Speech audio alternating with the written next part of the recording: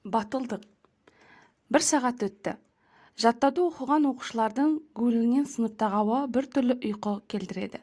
Доббис мырза үстелдің жәшігін ашты да кітапқа қолын созды. Алсам ба, алмасам ба дегенде кідірді. Балалардың көбі оның бұл қимылына жай ғана қарады, ал олардың ішінде екеуі шыдамсыздана күтті. Доббис мырза әуелі кітапты сипады. Сонан соң қолына алып орындыққа дұрыстап отырды да оқуға кірісті. Том Беккиге қарай қойды. Ұсқыны жоқ мергеннің көздеуіне іліккен үркек қоянға ұқсап әрең отыр. Том сол бойда онымен керісіп қалғанын ұмытып кетті. Тезірек көмек беруі керек.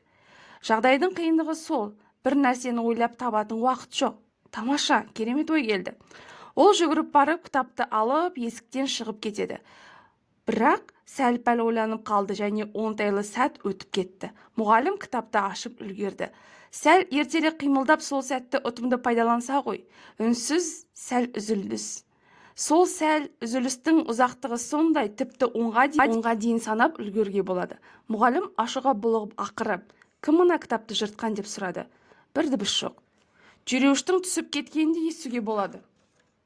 Бәрі үнсіз. Мұғалім кінәліні іздеп әр баланың жүзіне көзін қадады.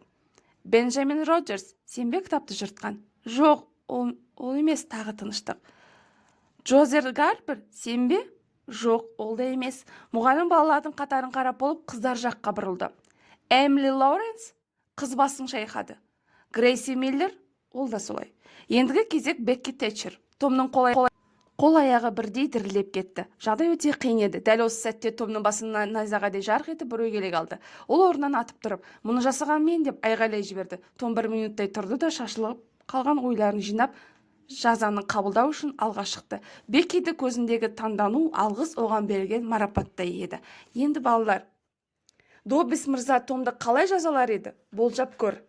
Беккидің жасаған іс-әрекетіне сен қалай қарайсың? Өз ойыңды білдір.